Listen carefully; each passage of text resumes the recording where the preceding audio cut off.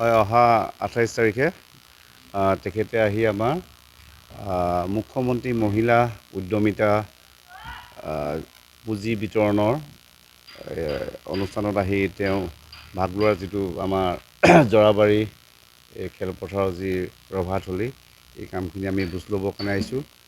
আশাতীতভাৱে কামখিনি আগবাঢ়িছে। ত্ৰিপুল পেণ্ডেল ইয়াত আপোনাৰ 33,890 মহিলা আৰু অন্যান্য আলহী থাকিব। প্ৰায় 35,000 মিনিমাম 35,000 ইয়াত থাকিব, 35,000। আৰু তাৰ বাবে বহু ধৰণৰ প্ৰস্তুতি কৰিবলগীয়া হৈছে।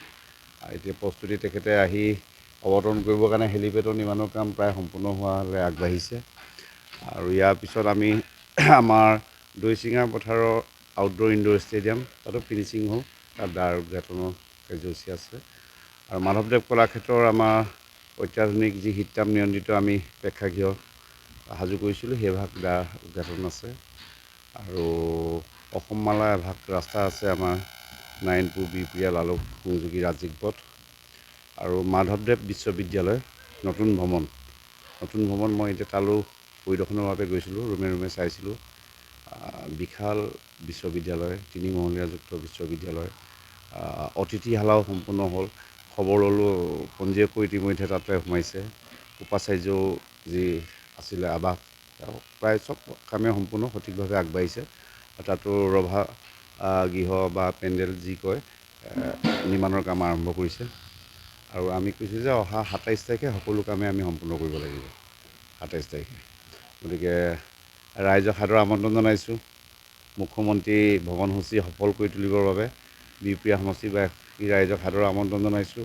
আৰু 28 জানুৱাৰী তাৰিখটো আমাৰ বিহপুৰীয়া সমষ্টিৰ বাবে এটা অতিশয় গৌৰৱৰ দিন হ'ব, অতিশয় আনন্দৰ দিন হ'ব যে ডক্টৰ হিমন্ত বিশ্ব শৰ্মা ডাঙৰীয়া চৰকাৰৰ যি তৎপৰতা, যি ডেলিভাৰী বা যি পাৰফৰ্মেঞ্চ বুলি কয়, সেইটো অহা 28 তাৰিখে বিহপুৰীয়াত যোৱা 4 বছৰত কি হ'ল দেখা পাব।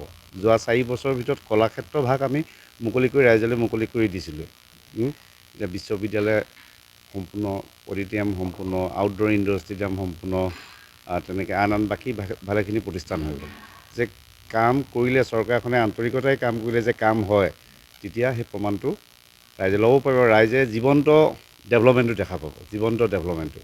গতিকে আমি ৰাইজৰ বাবে প্ৰতিশ্ৰুতিবদ্ধ, ৰাইজে সেৱা পাব লাগে।